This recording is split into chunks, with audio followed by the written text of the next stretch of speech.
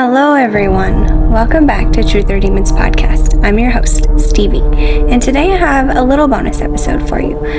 I promised you guys I would cover my little experience at the Conjuring house, also known as the Richardson Arnold Farm in Burrville, Rhode Island. I got to go. I went to Salem with my best friend and her son, and they were kind enough to ride an hour and a half down to Burrville, Rhode Island with me to see the house. So I'm going to go through the pictures I took and tell you about my experience. And I know there's a lot of buzz going on right now around the Conjuring house and the owner and the former employees. And it's a lot. And I've been asked to cover it and go over it, but I think that it's been gone over enough and a lot of people have covered it. And if you don't know what's going on and you're interested in finding out, I will put links in the show notes and down below for those of you who want to go check those out. A lot of people did a lot of videos, so I think pretty much everyone did it better than I could have at this point. And I just kind of want to show you guys my experience and how I perceived my little trip to the Conjuring house. So my first picture here is of the house from behind the house. We were told when we arrived we were a little early, so we got to walk around the grounds and we were strictly prohibited from taking any video. We were told we could take all the pictures we want, but no video and no live streaming. So that holds true to the whole situation of what kind of content you can share while you're visiting this house. So this is the backside of the house. It was really beautiful land. The house is amazing, so I'm just really grateful I got to see it. And then we took a walk around the grounds. There's a little trail you can follow. It leads to a bridge, and there's a little creek. The creek is where Roger apparently dipped his toes in, and that was the convincing moment for him to want to move to the farm with his wife and children. Oh, here's another picture of the creek. And then here's the bridge. I heard it was a little worse for wear recently, and it was redone, so that's one good thing that's been done for the property. Here's another little shot of the bridge. Here's the creek again. The grounds weren't huge, but I mean, what we had access to, it wasn't a lot. It was a tiny little trail, and then it dead-ended, and we were not to continue past that, so that was interesting. Oh, this is great. The little Perrin's Purgatory.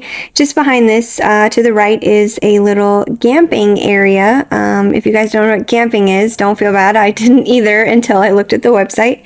So the Conjuring house offers camping in a glamping manner. They have tents set up that are already set up that you can stay in.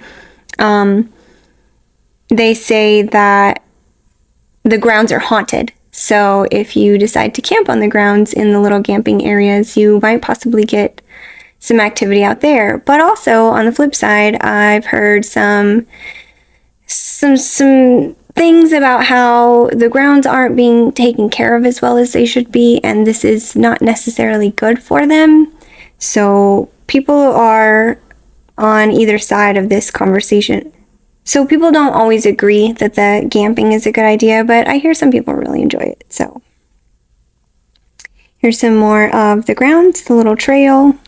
I just love the history of the property. It's really cool to walk on property that's had so much go on it. And then we walked back up to the house for our tour. This is the driveway that leads up to the house. And once inside, this is the first room they take you into, and they point out some things and talk about the movie and talk about what's not true and what is true. And this little particular area really struck me because these doors open towards each other instead of away from each other. And I found that to be a really interesting architectural feature. I'm not really sure why they did that, but I thought it was really neat. Here is their replica of Annabelle. This is not the real Annabelle. People have asked that before, I've seen online. This is just a replica in a replica case. They are paying homage to the fact that Ed and Lorraine came to the house, and so that's why we were told that the Annabelle is there. And there is a reflection in the glass that is my friend, not a ghost. This door is from inside the bathroom. We were told that if you go in the bathroom and shut the door, it will jiggle and shake. That's a spirit that's messing with the door. Also, when we were in the kitchen area, which is on the other side of this door, during the tour, somebody's cell phone dinged, and the tour guide automatically said it was paranormal. So that threw me a little bit. I looked around to see if anyone else was as confused as me, and it seems that they were. So it was very clearly a cell phone ding and not paranormal. I personally don't think anything paranormal was going on that day specifically, or maybe even at all. I didn't feel anything, didn't experience anything. I would love to stay overnight, but of course I will not be participating in the drama that is the house right now. So maybe one day the house will be rescued and put under better ownership and be more friendly to people who just want to come experience it and to their pockets. Oh, here's me and Annabelle. I had to take a few selfies. Here's the doors that open to each other instead of away from each other to the library, but from inside the library. And then you can see the little living room on the other side. Annabelle again. I really liked all the lighting coming in through the windows during the day. It made me think of what it would have been like to live there during its prime. Here's the very narrow staircase that goes up to the bedrooms that all connect together. Here's the first bedroom and the windows that look out into the yard. This entryway leads through to the middle bedroom, and then to the right here is the rocking chair, and there have been some videos of this rocking chair rocking on its own, and I'm pretty sure they were all debunked, but I think it's funny that anytime you see a rocking chair in a paranormal situation, you kind of expect it to just start rocking on its own. This is the middle bedroom that you walk through. These were the girls' bedrooms. Andrea and her sister stayed up here. This room, the tour guide said that this was a room where they would have women giving birth. I'm not particularly sure that's accurate. From the history I did look up and the historians I did ask, there's no record of that. Previous owners also say there's no record of that. So I thought that was a little interesting. And then also the Mythos made a comment about all these nails sticking out of the ceiling here and it not being safe. But we were not allowed in this room. So I'm guessing that's why they didn't bother cleaning it up. They just don't let anybody in there. And it seems to be used as a little bit of a storage space. So we didn't go in there. We weren't allowed in there. Then this is the second staircase in the house. We took it to go back down, and once you get to the bottom, it wraps around the corner, and to your left is the staircase to the basement. Here's me and my friend Courtney and her son Tristan. I'm so glad that they got to go do this with me. Some more pictures of us. Oh, I had to take a selfie in the library. It's my favorite room. Okay, so we went down to the basement. I forgot to take pictures of the door to the basement. I was very excited. I didn't do a great job of taking photos. I would have loved to take video, but again, you're prohibited from taking any video while you're on the tour unless you are paying for the exorbitant overnight fees. So, this is a picture of the drawing of the bent neck lady that supposedly was done by a little kid during the house's daycare days. This is been argued that it is not drawn by one of those children and that it may have been drawn by someone trying to perpetuate the story of the bent neck lady. So that one's kind of hard for me. I'm not sure I believe that with all the debunking around it and all the speculation around it. Here is a picture of the well.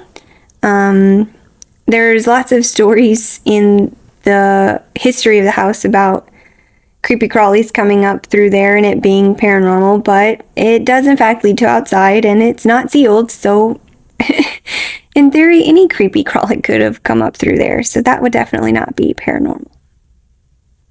Oh, here's another picture of the little area where that drawing is. It's just a little tipped over toy box, I think. And then the basement, they do seances here during overnights. They have it set up with some candles and stuff, and they hold little get-togethers and do their seances. And I'm pretty sure that if you book an overnight tour, you can do seances and such, and sometimes you can book with the formerly employed psychics that used to work for the house that no longer do. Again, I will link all the videos below so you can find that information on why the Conjuring house no longer has its employees and what's going on there. Okay, so after we finished the house tour, which was really fun, and we really did enjoy the tour guide. His name was Brian. He is the one that is currently seeking back pay from the owner, and I feel terrible for him that he's had to go through that. No one should have to beg for their money that they earned. So that really sucks. He did give good information. I was really, really impressed that he addressed the Bathsheba situation and kind of helped fix her story a little bit from this platform that they have as the haunted tour. And he did explain that she was not the villain. She was villainized unfairly in the movie, and none of that stuff actually happened. She never lived on the property. She was not part of the Richardson Arnold farm in any way. So it's nice that they cleared that up. But they did talk about on the tour the 7 dead soldiers buried in the walls. The line from the book that Andrea wrote that apparently her and her sisters heard, this chant that 7 dead soldiers were buried in the walls. The walls is not a possibility. They're paper thin. There is nothing in the walls, but the tour guide did say that they found cavities in the ground with the ground sonar reading that would suggest graves. But I did talk to the historian that got the information from the former owner, and the former owner said those graves were for farm animals. So I do not believe there are any soldiers on the grounds of this house. So after we left the house, we went down the street about a mile or so to the cemetery where Bathsheba is buried and her family, so we could pay our respects. The cemetery is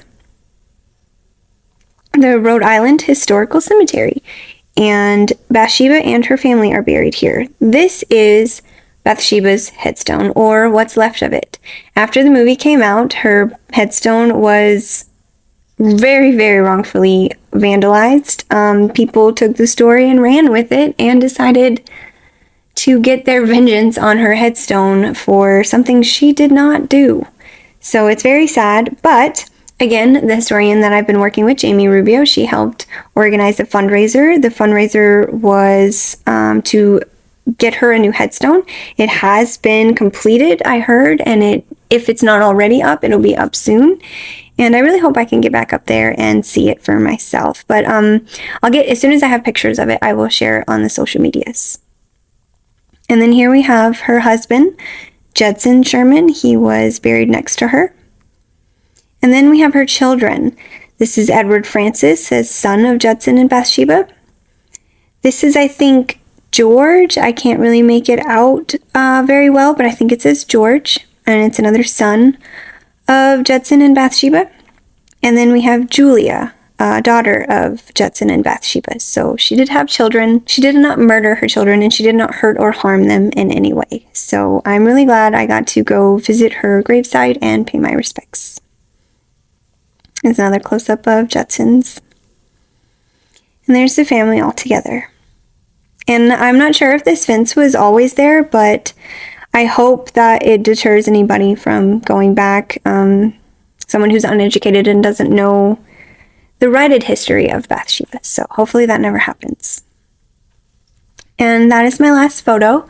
I am so grateful I got to go see the house, considering all of the drama surrounding it right now. It doesn't sound like it's doing very well as a business. And I also heard that we almost didn't get our tour because all the employees had resigned before we got there, and the only one that was left was Brian, and unfortunately now he is suffering from some issues with getting paid and respect and drama. And just, once you guys see, if you haven't already, go to those links below and you will see what's going on, and you'll just be as mind blown as I am. I'm speechless. I don't know what to say about it. It's very sad. I really hope that the house finds its way to some hands that will take care of it and respect it. And just respect the fact that people do want to visit it, and not everyone's pockets are as deep as others. And we really just want to have the experiences. We don't want to go broke trying to experience the history of this house. And the history is slipping away with all the drama that's going on. It's overshadowing it. So hopefully this gets worked out, and hopefully in the future I can go spend the night and do some actual investigating. So thank you for watching, and I will have more up soon. A full episode of the Lindley Street Haunting is coming. I cannot wait to share that one with you. I really did a deep dive on this one. I got all the information I possibly could. I read every testimony I possibly could. I read every article, everything. I really hope you guys enjoy this one once I get it out. So thank you, and until next time.